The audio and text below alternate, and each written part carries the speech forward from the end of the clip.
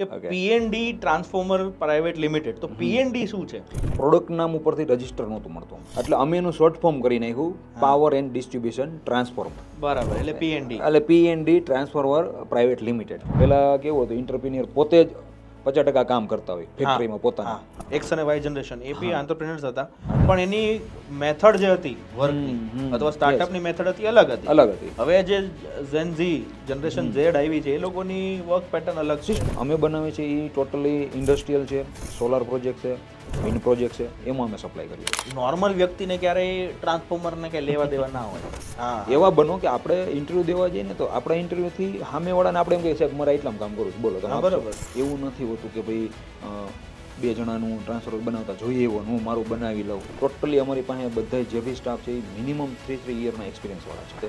અમારી કંપનીમાં આજની તારીખમાં એનો રેકોર્ડ છે, કોઈ પ્રકારનો એવો એક્સિડન્ટ થયો નથી. લાઈફ ડ્યુરેશન કઈ હશે ખરી કે આનો લાઈફ સ્પાન આટલો છે? કે ટ્રાન્સફર સ્ટેટિક ડિવાઇસ છે, તમે એને ટાઈમ ટુ ટાઈમ સર્વિસ કરો તો 50 વર્ષ સુધી એને કંઈ થવાનું નથી. અચ્છા, ઓકે.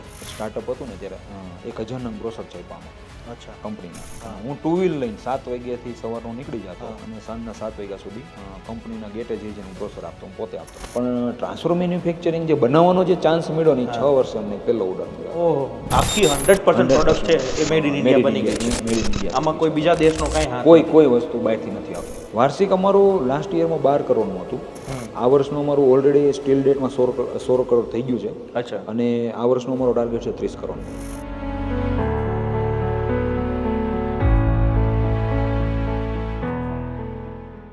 હાય એવરીવન, માયસેલ્ફ દીપેન તન્ના અને વેલકમ ટુ ગુજરાતના ગૌરવશાળી વ્યક્તિત્વ podcast series of Divya Bhaskar.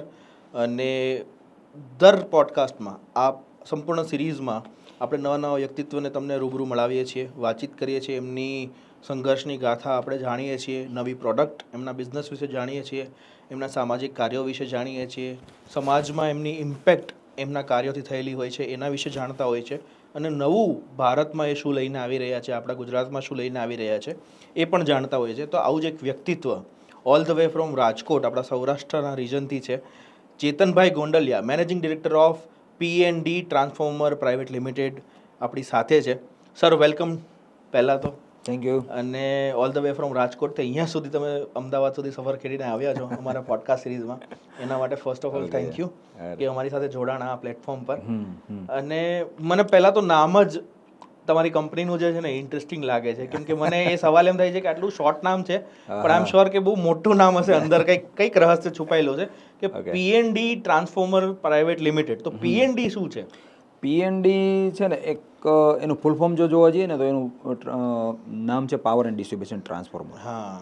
એટલે જ્યારે અમે સ્ટાર્ટઅપ કર્યું 2012માં ચાલુ કર્યું હતું. ઓકે. જ્યારે સ્ટાર્ટઅપ કર્યું ત્યારે અમારી કંપનીનું નામ હતું power and distribution transformer private limited. Power and distribution transformer હતું. ટ્રાન્સફોર્મર. પછી 2019માં અમે જ્યારે પ્રાઇવેટ લિમિટેડ એક કોર્પોરેટ લેવલમાં જવા માટે જ્યારે અમે કંપનીને પ્રાઇવેટ લિમિટેડ કરવી હતી, ત્યારે રજિસ્ટર કરવા માટેનું જે પ્રોસેસ થતી હતી એમાં પ્રોડક્ટ નામ ઉપરથી રજિસ્ટર નહોતું મળતું અમને. બરાબર. એટલે અમે એનું શોર્ટ ફોર્મ કરી નાખ્યું પાવર એન્ડ ડિસ્ટ્રીબ્યુશન ટ્રાન્સફોર્મર. બરાબર, એટલે પીએનડી. એટલે પીએનડી ટ્રાન્સફોર્મર પ્રાઇવેટ લિમિટેડ. રાઈટ. એટલે એમનું નામ અમે પ્રોડક્ટ આવી ગઈ, નામે આવી ગયું. અને બીજી વસ્તુ શું છે કે કોઈ પણ અત્યારે માર્કેટમાં કેવું હોય છે કે કોઈ પણ નામ હોય ને યુનિક હોવું જોઈએ, જેથી કરી કસ્ટમરને અથવા તો તમે જે માર્કેટિંગ કરો તો ઇઝીલી એ લોકો બોલી શકતા હોય. 100%. હા, દરેક કંપનીનું નામ યુનિક નામ હોય ને તો તમને ઇઝીલી રિકોલ વેલ્યુ પર કે રિકોલ આવવો જોઈએ. હા, ઓલું શું થાય, પાવર એન્ડ ડિસ્ટ્રીબ્યુશન ટ્રાન્સફર બોલવામાં બહુ અઘરું લાગતું, મોટું લાગતું હતું. એટલે હું જે કંપનીમાં કામ કરતો હતો ને, જ્યાં જોબ કરતો હતો, તો એ લોકોનું નામ પણ એવું શોર્ટ જ હતું અને યુનિક હતું. એટલે એમના નામ ઉપરથી આખું આઈડિયા અમે લીધો કે ભાઈ આપણે પાવર એન્ડ ડિસ્ટ્રીબ્યુશન નથી રજીસ્ટર થતું તો આપણે શું કરવું જોઈએ. પછી અમે વિચાર કર્યો કે ભાઈ આપણે કામ કરીએ, પાવરનો પી અને ડિસ્ટ્રીબ્યુશનનો ડી લઈએ અને પીએનડી ટ્રાન્સફોર્મર પ્રાઇવેટ લિમિટેડ કરી દઈએ, જેથી કરી બધાને નામ અત્યારે બધાને કેવું છે કે ભાઈ પીએનડી ટ્રાન્સફર કોનું તો કે ભાઈ પીએનડી નું છે, ક્યાં લેવાય તો કે ભાઈ પીએનડી, ટૂંકમાં શોર્ટ એન્ડ સ્વીટ થઈ ગયું. એટલે એના એ આખા કન્સેપ્ટથી આખું અમે એને શોર્ટ ફોર્મ કરી નાખ્યું. અચ્છા, એટલે છે આખી ઇલેક્ટ્રોનિક વસ્તુ છે. ઇલેક્ટ્રિક ઉપર, કેમ કે જેમ હું જે જોઉં છું કે જે રસ્તા ઉપર પેલા ટ્રાન્સફોર્મર લાગેલા હોય છે જેમાં લખેલું હોય છે ભયજનક સ્થિતિમાં તમારા અહીંયા અડવું નહીં, સાવધાન રહેવું, ચેતવણી, આ એ ટ્રાન્સફોર્મરની આપણે વાત કરીએ છીએ. અને જેનાથી આમ લોકો ડરતા હોય છે, પણ જે આપણા એક જીવનનો અભિન્ન અંગ બની ગયું છે કે ભાઈ ઇલેક્ટ્રિસિટી એના વગર આપણા ઘર સુધી તો શક્ય જ નથી, કે બિઝનેસમાં કોમર્શિયલી ના પહોંચે. દરેક ફિલ્ડની અંદર ટ્રાન્સફોર્મર એક ઇમ્પોર્ટન્ટ પાર્ટ છે. હા, કોઈ પણ તમે લઈ લો, કોઈ પણ ફિલ્ડ લઈ લો, ટ્રાન્સફોર્મર થી જ આપણે આ જે સપ્લાય ને બધું મળશે, ટ્રાન્સફોર્મર થ્રુ જ આપણે કરી શકશું. તો આપણું એજ્યુકેશન બેકગ્રાઉન્ડ પણ સેમ આ જ ફિલ્ડનું રહેલું? હા, હું ઇલેક્ટ્રિકલ એન્જિનિયર છું. અચ્છા. મેં જોબ અહીં અમદાવાદમાં જ કરેલી છે. અચ્છા, ઓકે. ચાંગોદરમાં જે ટ્રાન્સફોર્મરની કંપની છે એમાં હું 10 વર્ષ એઝ એ પ્રોડક્શન એન્જિનિયર હતો. અચ્છા. અને જ્યારે મેં સ્ટાર્ટઅપ કર્યું ત્યારે સૌરાષ્ટ્ર ઝોનનું જ્યારે મેં માર્કેટ જોયું ને, ત્યારે સૌરાષ્ટ્રની અંદર કોઈ ટ્રાન્સફર મેન્યુફેક્ચરિંગ નહોતું કરતું. ઓકે. એટલે ત્યાંથી આખો કન્સેપ્ટ આવ્યો. અને મેં જોબ કરતાં આખું ડીપમાં એમનું જે બી હતું, ડિઝાઇનથી લઈને તે ટ્રાન્સફર કઈ રીતનું મેન્યુફેક્ચરિંગ થઈને માર્કેટ શું હોય છે, મેન ફોકસ મારું સૌરાષ્ટ્ર ઝોન જ હતું કે રાજકોટની અંદર આપણે આ મેન્યુફેક્ચરિંગ પ્લાન્ટ ચાલુ કરવો છે. રાઈટ. ત્યાંથી આખો કન્સેપ્ટ આવ્યો હતો.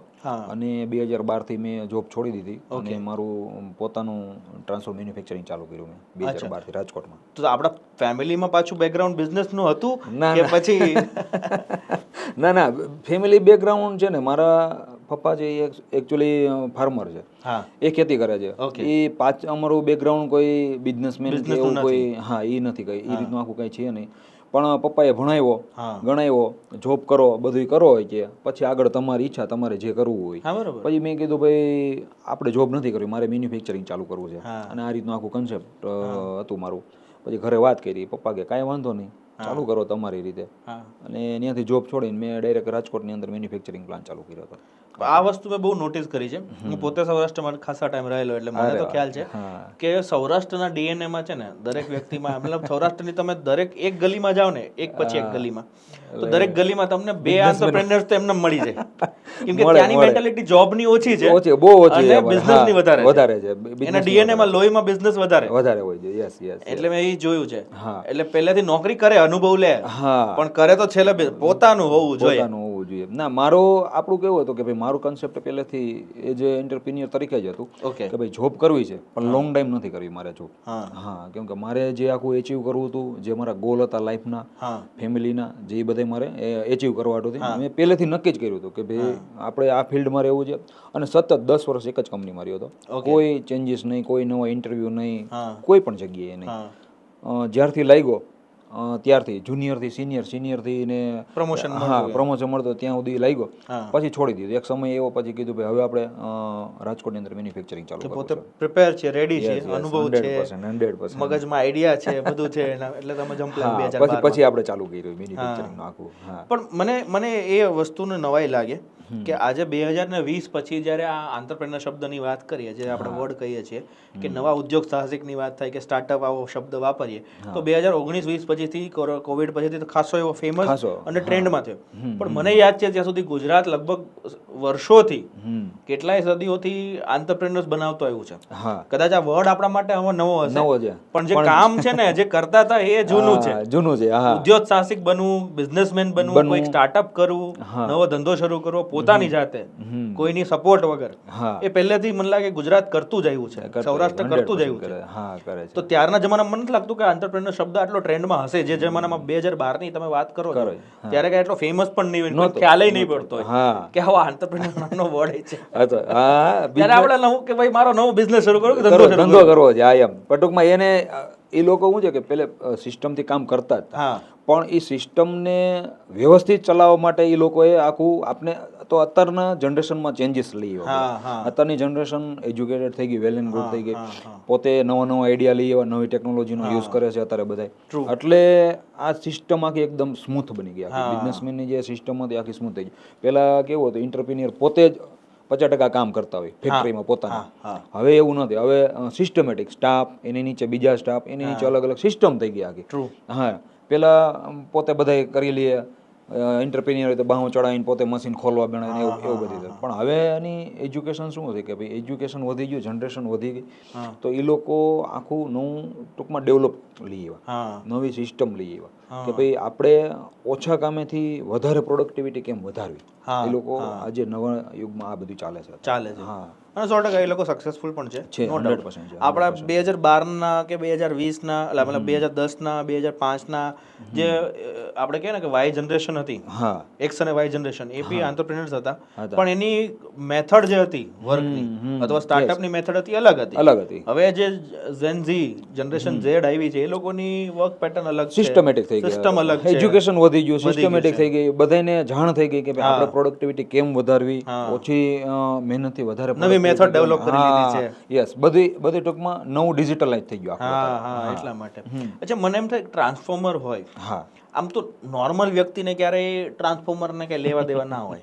હું એક સામાન્ય માણસ હોય, મારા ઘરમાં હું બેઠો હોય, હું એક નોકરિયાત માણસ છું, તો મારે ટ્રાન્સફોર્મર મારે કાંઈ લેવા દેવા નહીં. પણ આમ જોવા જઈએ પરોક્ષ રીતે બહુ લેવા દેવા, પ્રત્યક્ષ રીતે ના હોય. મારા ઘરમાં જે લાઇટિંગ આવતી હોય, જે કંઈ બી થતું હોય, તો ક્યાંક મારા સોસાયટીમાં એક ટ્રાન્સફોર્મર લાગેલું હોય, ચાહે ટોરેન્ટનું હોય, ચાહે જીબીનું હોય, પીજીવીસીએલનું હોય, યુજીવીસીએલનું હોય, પણ ટ્રાન્સફોર્મર એને તમારી પાસે જ લઈને લગાવેલું હોય. એ છે તો મારા ઘરમાં વીજળી હોય, બાકી તો ના હોય. બાકી મારા બધા ડિવાઇસીસ છે એ તરત શોકમાં આવી જાય. જો ડાયરેક્ટ પાવર આવતો હોય તો એ બસ થઈ જાય ડિવાઇસ. એમને સ્ટેપ ડાઉન કરીને યુઝ કરવું પડે. આપણા ઇન્ડિયાની કે વિશ્વની કોઈ પણ તમે મશીનરી લ્યો ને, તો એમનું એક સ્ટાન્ડર્ડાઇઝ કરેલું છે કે ઈ વોલ્ટેજથી જ એ લોકો ટૂંકમાં મશીન ઓપરેટ થઈ શકતા હોય. બરાબર છે. તો એને તમારે ઓપરેટ કરવા માટે 100% તમારે ટ્રાન્સફર મેકવું જ પડે. ડાયરેક્ટ તમે એને સપ્લાય ના આપી શકો.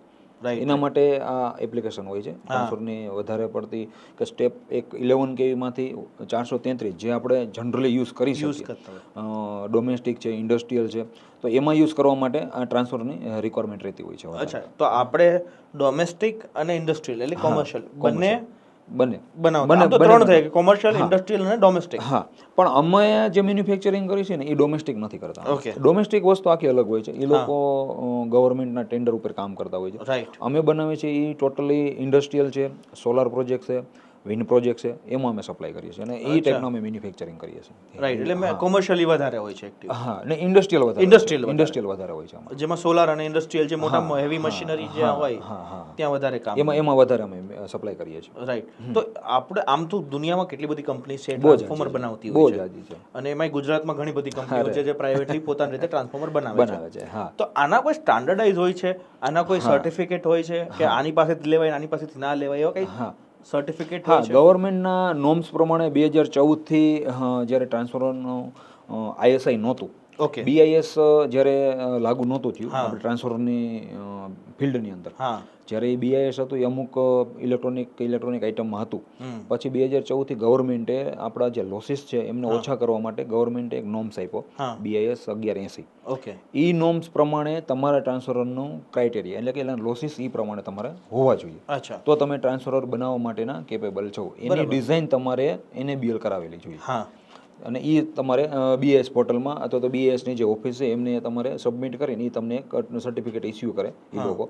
પછી તમારો પ્લાન્ટ તમારે મેન્યુફેક્ચરિંગ કરીને તમે એઝ એ કસ્ટમર એન્ડ યુઝને તમે સપ્લાય કરી શકો છો. રાઈટ. ડાયરેક્ટ કોઈ ટ્રાન્સફોર્મર મેન્યુફેક્ચરિંગ અત્યારે 2014 પહેલાં થતું હતું કે ભાઈ ગમે તેમ બનાવીને કસ્ટમરને સસ્તું આપી દેતા હતા. હવે એવું નથી હોતું.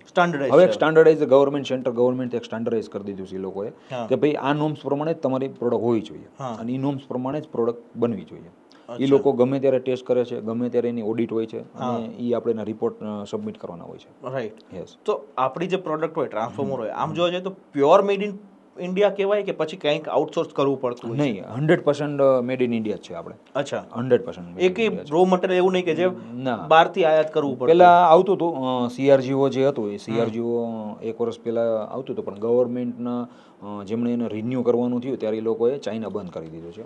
અત્યારે આપણા ઇન્ડિયાની અંદર જ મેન્યુફેક્ચરિંગ છે CRGOનું, તો એ લોકો અત્યારે આપણે સપ્લાય કરે છે. અચ્છા, એટલે આખી 100% પ્રોડક્ટ છે એ મેડ ઇન ઇન્ડિયા બની ગઈ છે. Made in India. આમાં કોઈ બીજા દેશનો કાંઈ હાથ નથી. કોઈ વસ્તુ બહારથી નથી આવતી, એટલે ટોટલી વસ્તુ આપણા ઇન્ડિયાની અંદર બને છે. તો that is a proud thing કે એક સારી વસ્તુ છે કે એક એવી પ્રોડક્ટ આપણી પાસે ઉમેરાણી છે આપણા લિસ્ટમાં ઉમેરાઈ ગઈ છે. 100% made in India. Made in India છે. હા. પછી આ જે ટ્રાન્સફોર્મર આપણે બનાય, તો ધારો કે ટ્રાન્સફોર્મરનું આમ કામ તો ખાલી ઇલેક્ટ્રિસિટીના વોલ્ટેજને ડાઉન કરી અને એને રેગ્યુલાઇઝ કરી અને નોર્મલ વોલ્ટેજમાં જે રિક્વાયરમેન્ટ વોલ્ટેજ છે કન્વર્ટ કરે, એમાં કન્વર્ટ કરવાનું છે. અચ્છા, ટ્રાન્સફોર્મરની ક્વોલિટી કોઈ પણ ડિવાઇસીસ કે મશીનરી હોય, જે બી કોમર્શિયલ મશીન, એના ઉપર કેટલું ઇમ્પેક્ટ કરતું હોય છે? મતલબ એ કઈ રીતે ફરક પડતો હોય છે? ઇલેક્ટ્રિસિટીની કઈ બચત થતી હોય એવું બધું હોય કે પછી ડેમેજ થવાના કે બસ થવાના ચાન્સીસ વધી જતા એવું કંઈ હોય? હા, ટ્રાન્સફોર્મર આઈએસ નોમ પ્રમાણે જો ટ્રાન્સફોર્મર બને ને, આઈએસ નોમ પ્રમાણે જે એમના લોસીસ હોય છે, મેઇન ડિપેન્ડેન્ટ શું હોય છે? લોસીસ ઉપર હોય છે. લોસીસ ટ્રાન્સફોર્મરના જેટલા વધારે હોય ને એટલું યુનિટ તમારા લોસ જાય છે. હા, એટલે એટલો યુનિટ તમારે બિલ ભરવું, વધારે બિલ. હા, બરાબર છે. તો આઈએસ નોમ્સ પ્રમાણે જો ટ્રાન્સફર લ્યો 1180 પ્રમાણે, તો તમારે ટ્રાન્સફરના લોસીસ એકદમ ઓછા હોય છે. એટલે તમારે ઇન્ડસ્ટ્રીયલનું બિલ છે ને મિનિમાઇઝ કરી શકો છો તમે. ઇન્ડસ્ટ્રીયલ છે, સોલાર પ્રોજેક્ટ છે, વિન્ડ પ્રોજેક્ટ, એ તમને બાદ મળી જાય. યસ, એમાં તમને પ્રોફિટ થાય, ફાયદો થાય છે. માની લો કે કોઈ ટ્રાન્સફર આજે બને છે તો એના 5 કિલોવોટ લોસીસ હોય છે. જ્યારે આઈએસઆઈ પ્રમાણે બનાવો તો એના 4.3 સમથિંગ હોય છે કે 4 ની આસપાસ અરાઉન્ડ હોય છે. તો પર અવર્સે તમને 1 યુનિટનો ડેફિનેટલી ફાયદો થાય છે. તમે 24 કલાકનું કરો, યર ડે અને કન્વર્ટ કરો તો તમને બહુ મોટો ફાયદો. તો એ લોસને ઓછો કરવા માટે જ ગવર્મેન્ટે, સેન્ટ્રલ ગવર્મેન્ટે આ નોર્મ્સ બહાર પાડ્યા છે. અચ્છા, એટલે આમ ટ્રાન્સફોર્મરની ઇમ્પેક્ટ એફિશિયન્સી લાગુ પડતી હોય છે માટેની જે છે એ હોય છે આખું. હા, પછી અચ્છા, મેં જે જોયા હોય છે કે ટ્રાન્સફોર્મર બસ્ટ બહુ થતા હોય છે, એ પણ ખાસ કરીને ચોમાસામાં. હા, તો એવું કોઈ નથી ટ્રાન્સફોર્મર બનતું કે જેમાં ચોમાસામાં આમ કહેતા હોય છે કે વોટર રેઝિસ્ટન્ટ હોય છે? હા, વોટર રેઝિસ્ટન્સ કેવા ખાતર આપણે કહીએ જ છીએ, અને નોર્મ્સમાં બી હોય છે કે તમારે ઓપનમાં જે ટ્રાન્સફોર્મર રાખે એ વોટર રેઝિસ્ટન્ટ રાખવા જ પડે. હોય છે. હા, છતાં પણ બસ્ટ થતા હોય, તો એના રીઝનમાં શું આવતું? એના રીઝનમાં છે ને ઓવર વોલ્ટેજ એક મેઇન પાર્ટ હોય છે કે ઓવર વોલ્ટેજ થતા હોય ટ્રાન્સફોર્મરની અંદર, ત્યારે બ્લાસ્ટ થવાનું કે ચાન્સીસ વધી જતા હોય છે. બીજી વસ્તુ શું છે કે વીજળીના હિસાબે લાઇન ઉપર જ્યારે ઓવર વોલ્ટેજ થાય, વીજળી પડે તો ઓવર વોલ્ટેજ થાય તો ડેફિનેટલી છે કે બધી વસ્તુ, કોઈ પણ વસ્તુ હોય તો એમની સામે કોઈ ટકી નથી શક્યું. વીજળીનું કેટલું જે મેગાવોટ છે, કેટલો પાવર છે, એનું કોઈ કેલ્ક્યુલેશન નથી થતું. તો એના હિસાબે ટ્રાન્સફોર્મર જનરલી બ્લાસ્ટ થતા હોય છે. હા, બાકી આમ કોઈ ટેકનિકલી કોઈ દિવસ ક્વોલિટી ઇશ્યુ નથી હોતા. ક્વોલિટી ઇશ્યુ નથી હોતા, કેમ કે ટ્રાન્સફોર્મરની અંદર છે ને કેવું છે કે એ સ્ટેટિક ડિવાઇસ છે. એની અંદર કોઈ રોટેશન પાર્ટ નથી હોતો કે ભાઈ 5 વર્ષમાં બેરિંગ ચેન્જ કરવા પડે, એવું કોઈ હોતું નથી. એ સ્ટેટિક ડિવાઇસ છે, તો એ જનરલી ક્યારેય ફેલ થતા જ નથી ટ્રાન્સફોર્મર. પણ ટ્રાન્સફોર્મરનું એમનું મેન્ટેનન્સ હોય છે, સર્વિસ હોય છે ટાઈમ ટુ ટાઈમ. જો એ તમે કમ્પ્લીટ રાખો ને તો તમારા ટ્રાન્સફોર્મરમાં કોઈ દિવસ ફોલ્ટ ઓછા થતા હોય છે. પણ આમ એમ લાઈફ ડ્યુરેશન કઈ હશે ખરી કે આનો લાઈફ સ્પાન આટલો છે? કોઈ એક ટ્રાન્સફોર્મરનું લાઈફ સ્પાન હશે ને? લાઈફ તો એમાં એવું છે કે ટ્રાન્સફોર્મર સ્ટેટિક ડિવાઇસ છે, તમે એને ટાઈમ ટુ ટાઈમ સર્વિસ કરો તો 50 વર્ષ સુધી એને કંઈ થવાનું નથી. અચ્છા, ઓકે. 40 થી 50 વર્ષ આજની તારીખમાં ઘણા ચાલે છે. મારા અમે અમુક ટ્રાન્સફર એવા જોયેલા છે કે મારા જન્મ પહેલાના ચાલે છે. અચ્છા, જેના જે 45 વર્ષ થઈ ગયા છે. પણ એ લોકો છે ટાઈમ ટુ એનું ફિલ્ટ્રેશન હોય છે, એનું મેન્ટેનન્સ હોય છે, ઓઇલ ટોપઅપ હોય છે, એ બધું ટાઈમ ટુ ટાઈમ જનરલી કરતા હોય છે. એટલે ટ્રાન્સફરને કોઈ દિવસ ક્યારેય વાંધો ના આવતો.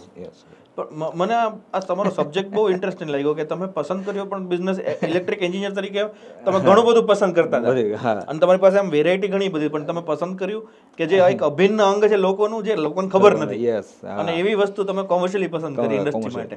એટલે જ્યારે મેં એન્જિનિયરિંગ પૂરું કર્યું ને ત્યારે અમે કેમ્પસમાં જોઈનિંગ થયા હતા કંપનીની અંદર. પછી ત્યારે એવું કોઈ વિઝન નહોતું એટલું બધું, પણ જ્યારે એ લાઈનની અંદર અમે ગયા, અમે બધું જોયું, શીખા, માર્કેટ જાણ્યું, પહેલેથી ઇન્ટરેસ્ટ એટલો પછી જાગ્યો કે ભાઈ ટ્રાન્સફોર્મર એક એવી વસ્તુ છે ઇલેક્ટ્રિકલ આઇટમમાં કે એમનું માર્કેટ જ એટલું છે. અને આ લાઈન છે ને આખી ટેકનિકલ લાઈન છે.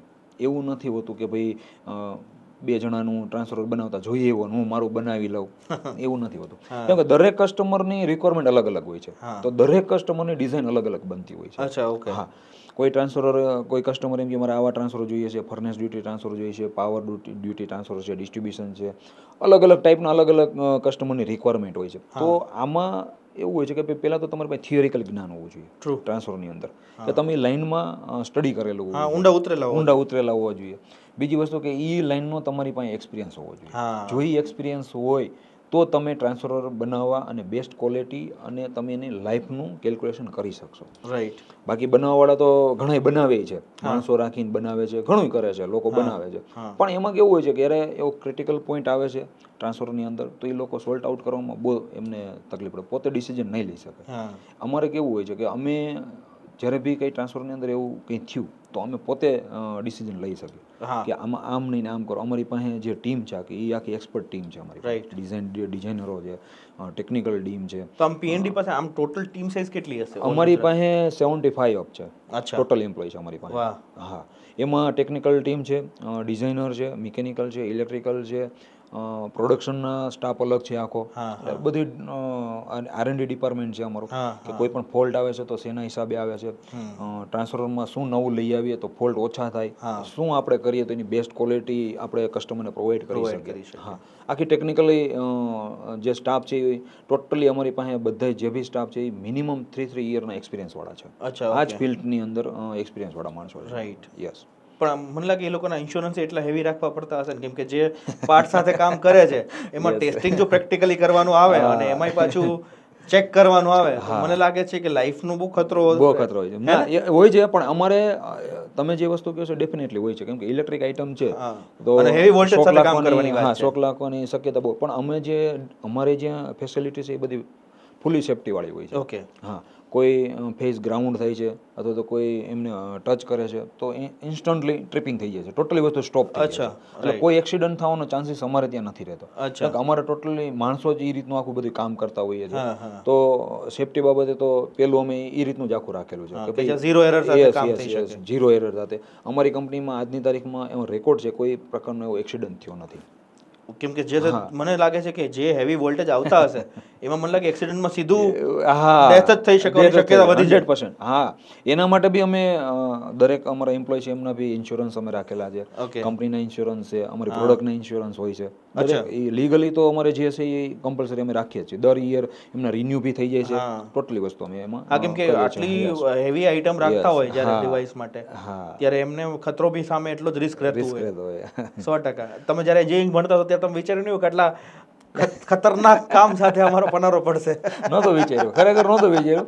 પણ જ્યારે અમે જોબ ચાલુ કરી ને પછી જેમ જેમ એમાં ડીપમાં ઉતરતા ગયા ને તો પછી એટલો ઇન્ટરેસ્ટ જ એટલો અંદર આમ લાગ્યું કે ના ચાલો આપણે આ કરવું છે, આમાં શીખવું છે આપણે.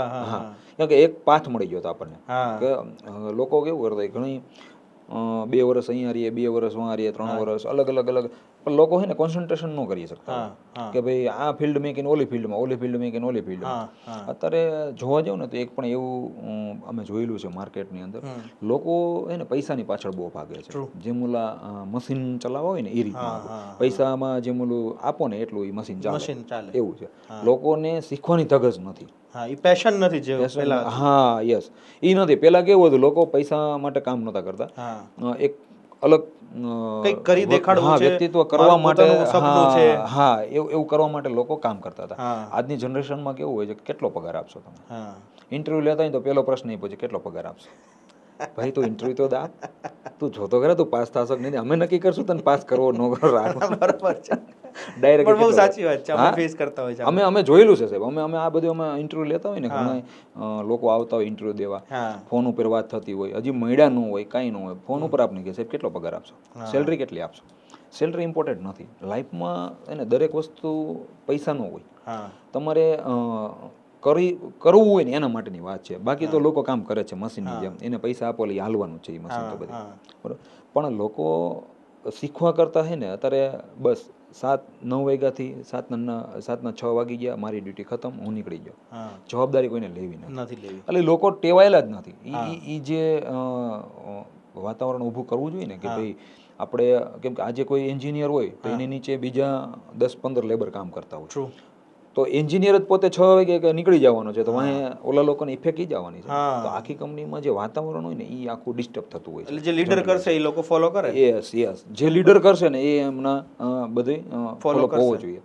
પણ નથી, આજની જનરેશનમાં નથી. હા, ટેકનિકલી બહુ છે, ટેકનિકલી અપગ્રેડ થયા છે બધા, ડિજિટલાઇઝમાં વયા ગયા છે બધા, પણ કામ બાબતે એટલું બધું હજી નથી આવ્યું એટલું બધું. અને મને તો એક કારણ એવું લાગતું હતું વચ્ચે, મેં જ્યારે એવું પૂછ્યું ને, જ્યારે અમે ઘણી વાર આવી રીતે ઇન્ટરવ્યુ લેતા હોય ને ત્યારે કેન્ડિડેટ બેઠો હોય એટલે અમે 3-4 જણા બેઠા હોય ત્યારે પૂછે એટલે સેલરી નો આવે છે, આવે બીજો કે ત્રીજો સવાલ જ હોય સેલરીનો. એટલે થાય કેવું, એટલે ત્યારે પૂછે ને કે તને આટલી ઘેલ છે અને ઉતાવળ કેમ છે સેલરી જાણી લેવાની? તો એમનો એક ભાઈ બહુ એક્સ્ટ્રોવર્ટ જે મારા જેવા હતા ને, એણે કહી દીધું કે સાહેબ તમને ખબર છે કે મારા મા બાપે મારા એન્જિનિયરિંગ પાછળ કેટલો ખર્ચો કર્યો છે, મારા ભણવા પાછળ કેટલો ખર્ચો કર્યો છે, કે સાહેબ અત્યારે કોલેજીસ ને યુનિવર્સિટીની ફીસ એટલી છે ને કે અમારે પૂછવું પડે તમે એટલી સેલરી આપશો ને, કેમ કે અમારે ઘરે રિકવર કરીને આપવાના. એટલે આમાં ઘણીવાર કેવું છે કે બે હાથે તાલી વાગી છે કે એ લોકોને પ્રેશર એટલું આવ્યું છે ડેફિનેટલી આવ્યું. પણ લોકો કેવું હોય છે, ભલે એમની હક છે સેલરી, નો ડાઉટ છે, જરૂરી છે એને સેલરીની, પણ એના માટે પહેલા એને એક્સપિરિયન્સ થવો પડે, એની લાયકાત એને ઊભી કરવી પડે, એ પોસ્ટિંગ એને લેવી પડે પહેલા, પછી કસ્ટમર, પછી એને કંપની એને સેલરી આપે. એવા બનો કે આપણે ઇન્ટરવ્યુ દેવા જઈએ ને તો આપણા ઇન્ટરવ્યુથી સામેવાળાને આપણે એમ કહીએ સાહેબ મારા એટલામાં કામ કરું છું, બોલો તમે બરાબર, પણ એ લાયક હોવી જોઈએ ને. આ તો આવતા પહેલો જ પ્રશ્ન સાહેબ સેલરી કેટલી આપશે, પણ હજી મને પૂછી લેવા દે ભાઈ, આ તો સીધું બીજ વાયુ. પણ ટૂંકમાં તમે લોકો શું કરે છે, ટેલેન્ટ નથી બતાવતા. અત્યારે સેલરી ઉપર કામ કરો, નો ડાઉટ એમને ખર્ચો કર્યો છે, ભણ્યા છે, એમને જરૂરી, એમની ફેમિલી છે, એમને જે કરવું છે, એમના બી સપના હોય છે, બધું હોય છે, પણ એમના માટે પહેલા સ્ટાર્ટિંગમાં મહેનત કરવી અને એ પોસ્ટિંગ એને હાસિલ કરવું પડે, પછી કંપની એમને સેલરી આપે, પછી એમ કે તું બોલ હવે તારે કેટલો સેલરી જોઈએ. આ વસ્તુ જે દી થાય ને તે દી એમ સમજ લે કે આપણો એન્જિનિયર ઓકે છે, હવે 100% એન્જિનિયર, આપણે ખર્ચો કર્યો નહીં, પાકો ખર્ચો કર્યો છે. કંપની કેવું છે ભાઈ તારે કેટલો જોઈએ તું બોલ, સામેથી. હા, નહીં કે એમ્પ્લોય એમ કે ભાઈ સાહેબ મારે એટલો જ જોઈએ, હું એટલામાં કામ કરું છું, તો એ વસ્તુ નથી હજી સ્ટાર્ટિંગ બેઝ ઉપર ના હોવું જોઈએ. અમે જોબ કરવા, અમે 10 વર્ષમાં 10,000 લાગેલો, 2 વર્ષ સતત 10,000 જ મેં કામ કર્યું, પણ ત્યારે અમે સેલરી નહોતા જોતા, એક શીખવું હતું કે એક ઇમેજ બનાવી છે આપણે કે ભાઈ કોઈ પણ સંજોગે આપણે આ લાઈનની ફિલ્ડની અંદર માસ્ટર થવું છે, બરાબર, સેલરી તો મળશે, એ તો નસીબમાં હશે ને ત્યારે મળવાની જ છે. આમ કંપનીવાળાની ખબર છે હું આ કેટલું કામ કરું છું, નથી કરતો, તો કંપની આપશે જ, એને માગવાની જરૂર નથી આપણે. પણ એમના માટે અમે શીખીને એવું અંદર ડેવલપ કરાવ્યું કંપનીની અંદર કે ભાઈ આમ નહીં સાહેબ હવે આ કરવું છે, આમ નહીં આપણે આ કરવું છે, નવા આઈડિયાઝ આપ્યા કંપનીના. ત્યારે એ લોકોએ કીધું કે હવે તારે સેલરી કેટલી જોઈએ છે. અમે જ્યારે એમ કહીએ સાહેબ હવે ઇન્ક્રીમેન્ટ ક્યારે થશે, ત્યારે એમ કે તારે કેટલી જોઈએ છે, આ ઇમેજ ઊભી કરવી પડે, પછી એ લોકો આપણી ઉપર ટ્રસ્ટેડ થતા હોય છે. એટલે અમે આ પોઝિશન ઉપર પહોંચ્યા છે. એનું કારણ છે કે આજે અમે જ્યારે જોબ કરી ત્યારે અમે પૈસા કે સેલરી નહોતા જોતા, પણ એક સ્ટ્રગલ કરવાની, કે ભાઈ એક મહેનત કરવાની વાત હતી કે ભાઈ આપણે કંઈક કરી બતાવવું છે, શીખીને બધું કરીને. તો તમારા ફાધર તો ખેડૂત હતા? યસ. એટલે કદાચ એનો અભ્યાસ તમારા જેટલો નહીં હોય, પણ તમે વ્યવસ્થિત રીતે બેચલર ડિગ્રી એન્જિનિયરિંગમાં મેળવી અને તમે આ ખુરાપાતી આઈડિયા સાથે આવ્યા છો 10 વર્ષ પછી, મારે તો ટ્રાન્સફોર્મર બનાવવું છે, તો એને નવાઈ લઈ ગઈ હશે ને કે આ કઈ વળી પ્રોડક્ટ લઈને આવ્યો છે જે આપણે કોઈને બનાવતા જોયા નથી, લગભગ નહીં સાંભળ્યું, તો એનો તો અલગ જ વિચાર એમને. હા, મેં જ્યારે એમ કીધું ને કે ભાઈ હવે મારે જોબ નથી કરવી, તો કે શું કરવું તારે હવે? ડેફિનેટલી એમને તો એમ જ કે ભાઈ તારે તો કરવું છે શું ભાઈ, જોબ નથી કરવી તો શું કરવું? મેં કીધું પણ મારે હવે પોતાનું ચાલુ કરવું છે રાજકોટની અંદર. તો અમારે શું છે એટલું બેકગ્રાઉન્ડ નહોતું ફાઇનાન્શિયલી કે કોઈ, તો પપ્પા કે વાંધો નહીં ચાલુ કરો, એનો કોઈ મને વાંધો નથી, પણ પૈસા નથી આપણી પાસે એટલા બધા, આમાં તો ઇન્વેસ્ટ બહુ જોઈએ, સ્ટાર્ટિંગ ઇન્વેસ્ટ 40-50 લાખ રૂપિયા જોઈએ. હા, ત્યારે તો આપણે સ્ટાર્ટિંગ 2012 ની વાત. હા, યસ, 2012માં. અત્યારે તો વધારે જોતું, અત્યારે તો બહુ જ હાજુ. તો મને કે પૈસા નથી, તારે ચાલુ કરવું હોય તો હું સપોર્ટ કરવા બેઠો છું, બધું છે મારી પાસે, બાકીનું બધું છે, પણ ફાઇનાન્શિયલી મારી પાસે. અમે પાર્ટનરમાં ચાલુ કર્યું, પછી પાર્ટનરના એ રીતનું આખું થયું ને એ બધું નીકળ્યા, અને પાછા પાર્ટનરને બધું નીકળ્યા, પછી પણ આપણે હિંમત હાર્યા નહોતા. મારા પાર્ટનર નીકળી ગયા, એમને મારે પૈસા આપી દીધા, બધું થયું, બધું ઘણું આવ્યું, સુખ આવ્યું, દુઃખ તો બહુ આવ્યું છે વચ્ચે. પપ્પા કે, મેં કીધું પપ્પા હવે શું કરશું, આમાં તો આ રીતનું થાય છે. તો મને કે તને શું લાગે છે? મેં કીધું ભાઈ મને આનું ફ્યુચર બ્રાઇટ લાગે છે, મને આમાં બહુ ઇન્ટરેસ્ટ છે ને આપણે આ કરવું છે કન્ટિન્યુ. મને કે કાંઈ વાંધો નહીં, કરો, મને કોઈ વાંધો નથી કે. મેં કીધું કાંઈ વાંધો નહીં, પણ એક વિશ્વાસ હતો કે એક કામ કીધું ને, ધારી લીધું હતું કે ભાઈ રાજકોટની અંદર આપણે બ્રાન્ચ બનાવવાની છે, એ બનાવવી છે ગમે તે થાય. પછી આગળ માર્કેટિંગ કર્યું. હું જ્યારે સ્ટાર્ટઅપ હતું ને ત્યારે 1,000 નંગ બ્રોશર છાપ્યા અમે કંપનીના. હું 2 વ્હીલ લઈને 7 વાગ્યાથી સવારનો નીકળી જતો અને સાંજના 7 વાગ્યા સુધી કંપનીના ગેટે જઈ જઈને બ્રોશર આપતો, હું પોતે આપતો. જીઆઈડીસી, હા, બધા જીઆઈડીસી, જ્યાં ઇન્ડસ્ટ્રીયલ, જ્યાં એસટી કનેક્શન જોઉં ને ત્યાં બધાને ટ્રાન્સફર બ્રોશર આપું, બધાને એમને કરાવતો કે ભાઈ અમે ટ્રાન્સફર મેન્યુફેક્ચરિંગ કરીએ છીએ, એને હાઇલાઇટ કરાવતો, માર્કેટ કરતો, ઘણું કર્યું. સતત 6 વર્ષ જેવું મેં આમાં આખું માર્કેટિંગ કર્યું. 6 વર્ષ પછી અમને એક ઓર્ડર મળ્યો હતો. 6 વર્ષ પછી પહેલો ઓર્ડર મળ્યો. 6 વર્ષ સુધી તમે ખાલી માર્કેટિંગ કર્યું ને નાનું મોટું સર્વિસિંગના કામ મળતા હતા, રિપેરિંગના ને એ બધા થોડા મળતા હતા, પણ ટ્રાન્સફર મેન્યુફેક્ચરિંગ જે બનાવવાનો જે ચાન્સ મળ્યો ને 6 વર્ષે અમને પહેલો ઓર્ડર મળ્યો. એટલે 2017માં મળ્યો. હા, સતત એમાં અમે આખી મહેનત કરી. અને પછી એમનું જે અત્યારે ફળ મળે છે, આખું જે માર્કેટ કર્યું ને એમનું પણ આ રીતનું આખું મળે છે.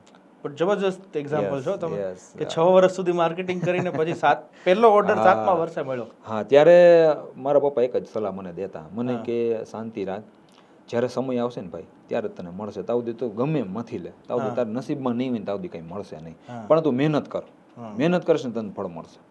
એટલે એ જ આખા વિઝન ઉપર આખું આપણે મહેનત કરી અને અહીંયા આપણે પહોંચ્યા છીએ અમે.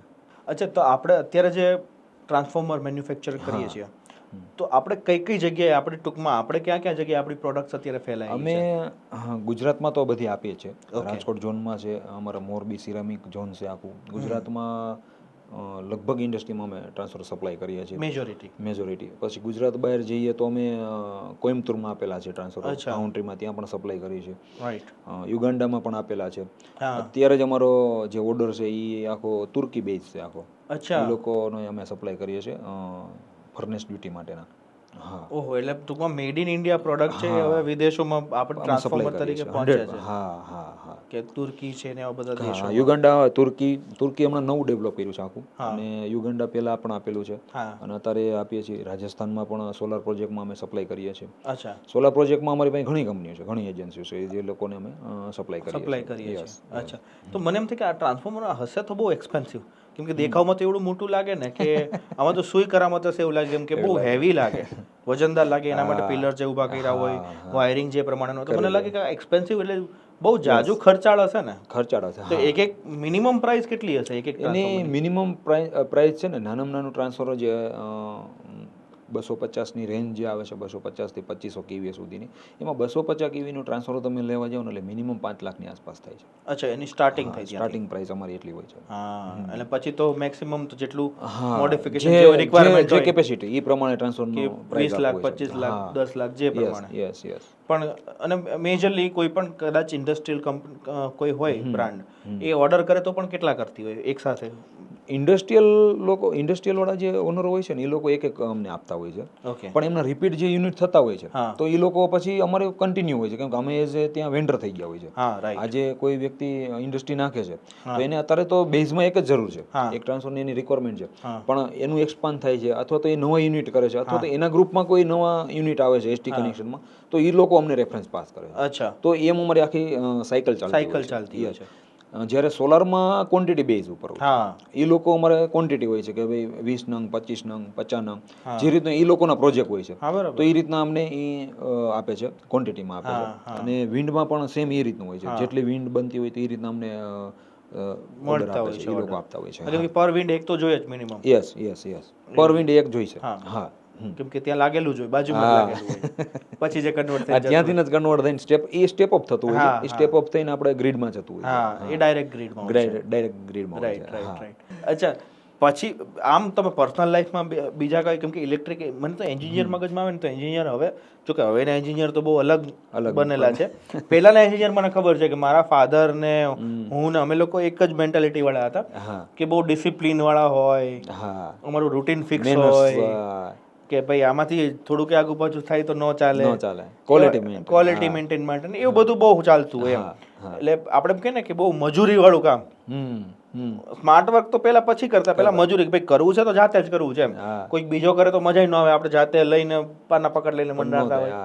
તો હજી પણ તમે એવી જ લાઈફ જીવો છો કે તમને એવી લાઈફ જીવેલા છો તમે? હા, એવું મેં કરેલું છે. હે ને? સ્ટાર્ટઅપમાં મેં પોતે જ, આપણે તો એજ એન્જિનિયર તો ગમે ત્યાં એ વાંદરી પાના જેવું ગમે ત્યાં લાગી જાય. એટલે એન્જિનિયર જ્યારે સ્ટાર્ટઅપ કર્યું ત્યારે હું જ ખુદ કરતો હતો, ટ્રાન્સફરની સર્વિસ કરતો હતો, હું બધું ખોલતો હતો, હું બધું ફિટ કરતો હતો, એમના પ્રોબ્લેમ હોય સોર્ટ આઉટ કરતો હતો, બધું મેં જાતે કરેલું છે એ બધું.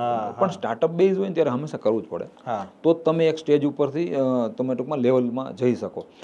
હા, કે ભાઈ તમે સ્ટાર્ટઅપમાં જઈને પછી ત્યાં કંઈ અડો નહીં તો તમને ખબર છે આ વસ્તુ શું છે, પણ એકચ્યુઅલી તમે ખોલીને નહીં ચેક કરો ને ત્યાં સુધી તમને એ પ્રેક્ટિકલી નહીં ખબર પડે. થિયોરિકલ તમને ખબર છે કે યસ આ કંઈક આવું છે, પણ તમારે એને વ્યવસ્થિત સમજવા માટે એમને તમારે ખોલવું પડે જાતે, અથવા તો એને ફિટ કરવું પડે, એમને તમારે સમજવા માટે એ બધું કરવું પડે. લોકો એટલે જ કહું છું ને કે લોકો અત્યારે શું કરે છે, કામ નથી કરવું, ડાયરેક્ટ આટલી સેલરી જોઈએ, આટલી સેલરી, એવું ન હોય. તમે પ્રેક્ટિકલ બનો પહેલા, પછી થિયરિકલ, પછી તમે જાઓ ટર્મ્સ એન્ડ કન્ડિશનમાં, પછી વાત કરો. 100%. હા, એટલે 75 થી વધારે લોકોને તમે આમ એમ્પ્લોયમેન્ટ આપો છો અત્યારે, અને આમ શ્યોર કે જે પ્રમાણે એક્સપાન્શનનો વિચાર છે એ આંકડો મોટો જ થતો જવાનો છે એમ્પ્લોયમેન્ટનો. એટલે એ રીતે તો સારી વાત છે કે તમે રોજગારી પણ આપી રહ્યા છો. તો આપણું કંપનીનું આમ ટર્નઓવરની વાત કરીએ તો ઓન એન એવરેજ કેટલું હોય વાર્ષિક? વાર્ષિક અમારું લાસ્ટ યરમાં 12 કરોડનું હતું. આ વર્ષનું અમારું ઓલરેડી સ્ટીલ ડેટમાં 16 કરોડ થઈ ગયું છે. અચ્છા. અને આ વર્ષનો અમારો ટાર્ગેટ છે 30 કરોડનો. 30 કરોડ? 30 કરોડનો ટાર્ગેટ છે, જેનો ઓલમોસ્ટ ઓર્ડર અમને મળી ગયા છે 30 કરોડ સુધીના. ખાલી ફૂલફિલ કરવાના છે. હા, યસ. એટલે એક્સપાન્શનની દિશામાં તમે હજી વધતા જ જાવ છો આગળ. હા, રાઈટ. તો આમ તો તમે બીજી બધી કન્ટ્રીઝમાં પણ ફરતા હશો ને, કેમ કે હવે તમે જે પ્રમાણે, તો તમને ભારતના કમ્પેરિઝનમાં કઈ કન્ટ્રીઝ છે, કેમ કે અત્યારે સૌથી યંગેસ્ટ કન્ટ્રીમાં અત્યારે ભારત આવે છે. સૌથી યંગ પોપ્યુલેશન, સૌથી વધારે કોઈ દેશ પાસે હોય તો એ ભારત છે. સૌથી વધારે વસ્તીવાળો દેશ એ ભારત છે. એટલે આપણી પાસે મેન પાવર એ બહુ વધારે છે, જે પ્રોબ્લેમ એ છે ને આશીર્વાદ એ છે. બીજું કે ઇકોનોમી સૌથી મોટી બનવા જઈ રહી છે. એટલે લગભગ છે આવનારા એક દશકામાં તો લગભગ આપણે વર્લ્ડની 3જા નંબરની સૌથી મોટી ઇકોનોમી બની જ જશું, કન્ફર્મ છે. તો ટૂંકમાં તમે બીજા દેશોમાં જ્યારે જતા હોય ત્યારે તમને કમ્પેરિઝનમાં શું એવું સારું લાગે છે કે જે ભારતમાં છે ને ત્યાં નથી? એટલે આમ જોવા જાવ ને તો હું કોઈ કન્ટ્રીમાં ગયો જ નથી. અચ્છા, તમે ગયા નથી. મેં કીધું તમે આ યુગાન્ડા છે કે એ બધા કન્ટ્રીમાં અમે ડાયરેક્ટ એજન્સી થ્રુ આપેલા છે. અચ્છા, ઓકે. એટલે એ લોકોને અમે સપ્લાય કરીએ છીએ ને, તો ત્યાંની જે એજન્સી હોય ને એ લોકો અમારી પાસેથી પરચેસ કરે છે. અચ્છા, ઓકે. એઝ એ કોઈ ત્યાંના કન્સલ્ટિંગ હોય છે, તેમના કોઈ ઇન્ડસ્ટ્રીયલિસ્ટ હોય છે, જેમ કે એ જે અમે સપ્લાય કર્યા છે ને એમાં 90% ઇન્ડસ્ટ્રીયલ આપણા ગુજરાતી હોય છે, આપણા ગુજરાતના હોય છે. તો એ લોકો અહીંથી ટ્રાન્સફર ત્યાં પરચેસ કરાવે છે કે ભાઈ અમારે ટ્રાન્સફર, અમારી ઇન્ડસ્ટ્રી આવી કરવી છે તો અમારે ટ્રાન્સફર અહીંથી લેવું છે આપણે, કેમ કે એની મોસ્ટ ઓફ મશીનરી આપણા ઇન્ડિયા બેઝ હોય છે અને એ લોકો ત્યાં ડેવલપ કરે છે. રાઈટ. કેમ કે અમે એ રીતના કેમ કે અડધા પાર્ટ તો આપણા રાજકોટમાંથી જ જતા હશે મશીનરીના. હા, તો એ રીતનું આખું અમે સપ્લાય કરીએ. પણ અમે તુર્કીને જ્યાં આપેલા છે ને એ દેશમાં હું કોઈ દી ક્યાંય ગયો નથી. અચ્છા, હા, એટલે એ હજી બાકી છે, હજી જવાનું છે. આઈ એમ શ્યોર કે નજીકના ભવિષ્યમાં તમે જશો. હા, ડેફિનેટલી. હા, એ હવે અમે ચાલુ કરીએ છીએ. ત્યાં એક્ઝિબિશન હોય છે આઉટ કન્ટ્રીના બધા, તો અમે એ આખું અમે પ્લાનિંગ કરીએ છીએ કે ત્યાં બી અમે સ્ટોલનું બધું સેટઅપ કરીએ છીએ. હા, રાઈટ. અચ્છા, કોઈ ફ્યુચરનો એવો પ્લાન કે જે નવી પ્રોડક્ટ લઈને કંઈ આવવું છે કે આ જ પ્રોડક્ટમાં તમારે આગળ વધવું છે? નહીં, નવી અમે જે ડેવલપ કરી છે ને અત્યારે, જે આખો નવો પ્લાન એક્સપાન્ડ કરીએ છીએ એમાં અમે 66 kVA ની આખી એક સેટઅપ કરીએ છીએ, જેટકો એપ્રોલ કરીએ છીએ આખું. અચ્છા, હા.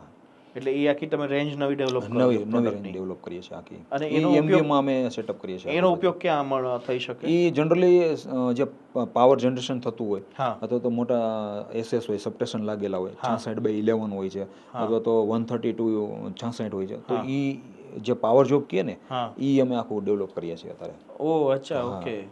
એટલે તો ડાયરેક્ટ એના માટે અમે આખું એક સેટઅપ કરીએ છીએ, કેમ કે એનો સ્કોપ આઉટ કન્ટ્રીમાં પણ એટલો છે.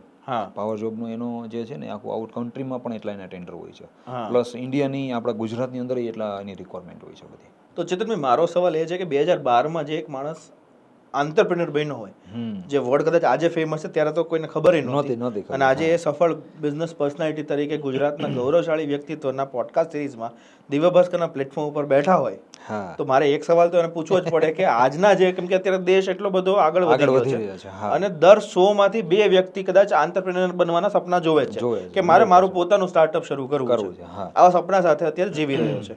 તો એ નવા જે યંગ આંતરપ્રેન્યોર્સ છે એના માટે એક સફળ બિઝનેસ પર્સનાલિટી તરફથી જો 3 ટિપ્સ આપવાની હોય કે એક સફળ આંતરપ્રેન્યોર બનવું હોય તો શું કરવાનું, તો એ શું હોઈ શકે? જો સફળ એન્ટરપ્રિન્યોર તરીકે જોઈએ ને તો હું મારી લાઈફમાં જે અનુભવ કર્યો છે, પહેલાં તો તમને જેમાં રસ છે ને એમાં તમે છે ને દિન રાત એક કરી દો એને શીખવા માટેનું મેન વસ્તુ પેલું. રાઈટ. બીજાએ કીધું ને ચાલુ કરવું છે ને એ નહીં, તમે ખુદ એમાં ઇન્વોલ્વ થાવ અને તમે ખુદ પહેલાં એને પહેલાં ઓળખો કે આ વસ્તુ શું છે, આપણે આવું બનાવશું તો આમાં આપણે શું શું એમાં ચેન્જીસ કરીને આપણે બેસ્ટ પ્રોડક્ટ આપણે આપી શકશું. એક તો પહેલી વસ્તુ એ હોય છે. બીજી વસ્તુ હોય છે કે તમારે એમાં જે મેન્યુફેક્ચરિંગ ચાલુ કરો ને તો તમારે એની અંદર એક સિસ્ટમ રાખવી પડે કે ભાઈ તમે કઈ સિસ્ટમથી એમાં તમે પહેલાં કામ કરો છો. તમારે આજે એન્ટરપ્રિન્યોર બનવું છે અને એક સક્સેસ થવું હોય તો તમારી કંપનીની અંદર કે તમારે સ્ટાર્ટઅપની અંદર એક સિસ્ટમ હોવી જોઈએ કે ભાઈ આટલા ફિલ્ડની અંદર મારે માર્કેટ કરવાનું છે, આ લોકો પાસેથી આપણે ઓર્ડર લેવાના છે, તો એમને તમારે તમારી પ્રોડક્ટ વિશે જાણ કરવી પડે. એ જે એન્ટરપ્રિન્યોર તરીકે તમારે એને ઓળખાણ આપવી પડે કે ભાઈ અમે આ વસ્તુ અહીંયા મેન્યુફેક્ચરિંગ ચાલુ કર્યું છે, બરોબર. એ મેન વસ્તુ માર્કેટ છે કે તમારે ગેટે ગેટે જઈને એમને તમારે ઓળખાણ આપવી પડે કે ભાઈ આ મારું પ્રોડક્ટ છે, અમે આ કરીએ છીએ. એમના પ્લસ પોઈન્ટ તમારે કહેવા પડે કે ભાઈ અમારી પ્રોડક્ટ છે એમાં પ્લસ પોઈન્ટ આ છે, અમે એટલી સર્વિસ આપીએ છીએ, અમે આ પ્રોવાઈડ કરીએ છીએ, તો તમારી પ્રોડક્ટ મતલબ વેચાશે. સૌથી વધારે એસીમાં બેસીને કંઈ નહીં થાય, કાંઈ નથી થવાનું. સ્ટાર્ટઅપમાં કાંઈ નથી થવાનું કોઈ પણ. એક લેવલે તમે પહોંચો ને પછી તમારે એ બધું સિસ્ટમેટિક કરવું. તમે એસીમાં બેસીને તમે ઓર્ડર મળી શકે છે, એ પછીની વાત છે. મેન વસ્તુ એક બે વસ્તુ આવી હોય છે કે ભાઈ તમારે સતત મહેનત કરવી પડે છે આમાં, કે ઓન ફિલ્ડ રહેવું પડે. હા, અને એક બીજી વસ્તુ હોય છે કે તમે જે પ્રોડક્ટ કરો ને, તમે જે જ્યારે ચાલુ કરો ને, તો ઘણા લોકો કેવું કરતા હોય કે ભાઈ મેન્યુફેક્ચરિંગ કે કોઈ પ્લાન નાખે ને ચાલુ કરે, બિઝનેસ ચાલુ તો થઈ ગયો, પછી ધંધો મળ્યો ન મળ્યો તો લોકો વર્ષ 2 વર્ષમાં કંટાળી જાય, બિઝનેસ બંધ કરી દેવો, આમાં મને કંઈ મળતું નથી. ના, એવું નથી હોતું. પણ તમે થોડીક મહેનત કરો, એમનું ફળ તમે મહેનત કરશો ને તો તમને એનું ફળ મળશે. જ્યારે તમે માર્કેટ કરો છો, 3 વર્ષ સુધી તમે બિઝનેસ કર્યો, તમારું ચાલ્યો નહીં, તમે માર્કેટ કર્યું, તો જ્યારે તમે માર્કેટ કર્યું ને પબ્લિકને રિયલાઇઝ થયું ને કે ભાઈ હવે તમને ઓર્ડર આપવા છે, ત્યારે તમે ધંધો બંધ કરો છો. મતલબ એ બિઝનેસ તમે ઝીરો કર્યો. બરાબર. હવે તમે બીજી ફિલ્ડ કરો છો, બીજો બિઝનેસ ચાલુ કરો છો, તો લોકો શું કરે, બીજો ધંધો કરે, વળી પાસે 3 વર્ષ એમાં મહેનત કરશે, 6 વર્ષ તમારા લોસ થયા, 3 વર્ષ એ તમને ખબર નથી બીજો ધંધો હાલશે કે નહીં હાલે. વળી પાસે તમે જશો એટલે અહીંયા તો તમે ફૂલ માર્કેટ કર્યું હતું જોશમાં, પાછું 3 વર્ષ બીજું માર્કેટ કરો છો, ન્યા નો મજા વળી પાસે તમે બંધ કરશો. પણ એવું ન કરો. હું દરેક એન્ટરપ્રિન્યોર સ્ટાર્ટઅપ જ્યારે કરે છે ને એમને એક જ કહું કે ભાઈ તમે બિઝનેસ ચાલુ કરો ને તો થોડીક એમાં મહેનત કરો, એનું માર્કેટિંગ કરો, અને મેન વસ્તુ ધીરજતા છે. ધીરજ તમે જેટલી રાખશો ને એટલું તમને સક્સેસ મળશે. માણસો અત્યારે બિઝનેસ કરે ને તો પૈસા નાખ્યા ભેગું તરત જ એમ કે મને એટલું આઉટપુટ મળવું જોઈએ, મને આ મળવું જોઈએ, મને આ કેલ્ક્યુલેશન. મેં જ્યારે ચાલુ કર્યું ને 6 વર્ષ સુધી સાહેબ મને કેલ્ક્યુલેશન મેં હિસાબ નહોતો કર્યો અમારી કંપનીમાં. જે મળતું હતું મારું મહેનતાણું મળતું હતું, ભાડા નીકળતા હતા, 2 માણસો હતા એના પગાર નીકળતા હતા, બસ બહુ થઈ ગયું. એટલું જ મેં વિચાર્યું હતું. પણ એક વિઝન હતું મારું કે ભાઈ આપણે આ લેવલે પહોંચવું છે. એ લેવલે પહોંચવા માટે સ્ટાર્ટઅપમાં તમારે સ્ટ્રગલ કરવું જ પડે, અને સ્ટ્રગલ કર્યા વગરનું કોઈ દિવસ તમને કંઈ મળે નહીં ડાયરેક્ટ. જો ડાયરેક્ટ તમારે જોતું હોય ને તો એના માટે આપણું બેકગ્રાઉન્ડ એવું હોવું જોઈએ, અથવા આપણે ફાઇનાન્શિયલી એ બધું હોવું જોઈએ આપણી પાસે, તો આપણે ડાયરેક્ટ મળે. બાકી ઝીરોમાંથી જો આ કરવું હોય ને તો તમારે પહેલી વસ્તુ તો ધીરજતા ખાસ રાખવી પડે. અને માર્કેટ કર્યા પછી તમે એને બિઝનેસ બંધ ન કરવાનો. લોકો બંધ કરી દે, બંધ કરી દે એટલે જ્યારે તમને ઓર્ડર મળવાનો તૈયારી માં હતું ત્યાં તમે બિઝનેસ બંધ કર્યો એટલે કસ્ટમર ફોન કરે, સાહેબ મારે આ લેવું છે, ત્યાં તમે એમ કહો સાહેબ એ તો મેં કીધું બંધ કરી દીધું, હું તો આ કરવા માંડ્યો. કેમ કે એની જરૂરિયાત ત્યારે ઊભી થઈ ને તમને ત્યારે જ ફોન કર્યો. એટલે બસ હું એક જ વસ્તુ આ કહું છું કે ભાઈ તમે ધીરજ રાખો અને મહેનતથી કામ કરો, અને શાંતિ. એટલે મેન વસ્તુ તો ખાસ આ કે ભાઈ તમે કોઈ પણ બિઝનેસ કરો ને તો એમને માર્કેટ કર્યા પછી તમે એને છોડી ન દો. તમે જ્યારે એનું ફળ મળવાનું તૈયારી થઈ ને ત્યાં તમે ધંધો જ બંધ કરી દીધો. બહુ મોટી વાત છે. હા, કે ધીરજ રાખીને, કેમ કે તમે માર્કેટ મહેનત કરેલી છે. હા, મહેનત કરી છે, માર્કેટ થવાનું જ છે તમારે. અમે સાહેબ તમે નહીં માનો, અમે સ્ટાર્ટઅપ કર્યું ને ત્યારે હું આ બધી બ્રોશર આપવા જતો, મને કોઈ સિક્યુરિટી વાળા જ ના પાડી દેતા, અંદર ન જવા દેતા.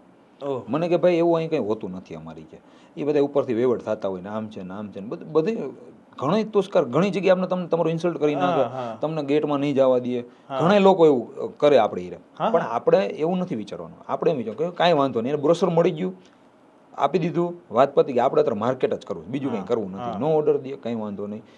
પણ આજે સાહેબ જે સિક્યુરિટીના ગેટ અમે નહોતા જવા દેતા ને, આજે અમે એ કંપનીના વેન્ડર છીએ. અમે બરોબર, આજે એના વેન્ડર છીએ ને આજે અમે એનું કામ કરીએ છીએ.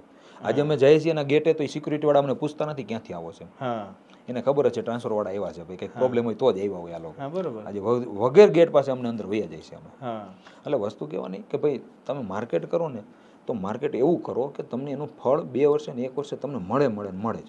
બરોબર. અને આમ અમારી પ્રોડક્ટ એવી હોય છે કે સાહેબ સતત આનું કોઈ એવું માર્કેટ નથી હોતું કે ભાઈ કોઈ માર્કેટમાં જઈને આપણે ત્યાં માર્કેટ કરી આવી, કે આનું કોઈ બજાર ભરાય છે તો ત્યાં વેચી આવી, એવું નથી હોતું. અમારી લાઈન એવી આખી ટ્રસ્ટેડ હોય છે કે રેફરન્સ બેઝ વધારે હોય છે કે, અને કોઈ કસ્ટમર મારી પ્રોડક્ટ વાપરે છે પછી એને સારી લાગે છે તો બીજાને એ રેફરન્સ આપે છે.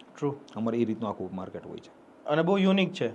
દરેકને જરૂરિયાત નથી હોતી. હા, બહુ નીશ પ્રોડક્ટ છે કે જેને જરૂરિયાત છે એ જ આવશે. હા, 100% જેને જરૂર માસ છે પ્રોડક્ટ નથી નથી એટલા માટે. હા, બટ આમ શ્યોર કે લોકોને પણ જાણીને એટલી જ મજા આવી છે જેટલી મને ઇન્ટરેસ્ટ પડ્યો આમાં, કેમ કે આપણે અત્યાર સુધી ટ્રાન્સફોર્મરને ક્યાંક ને પરોક્ષ રીતે જોયેલું હોય છે. હા, પણ એનો ઉપયોગ, એના વિશે, એ કંપની વિશે, એના મેન્યુફેક્ચરિંગ વિશે અને એ બનાવનાર જે વ્યક્તિના વિઝન સાથેનો વ્યક્તિત્વ છે એને વિશે જાણવાનું આઈ એમ શ્યોર મારા જેટલી જ લોકોને મજા પડી હશે.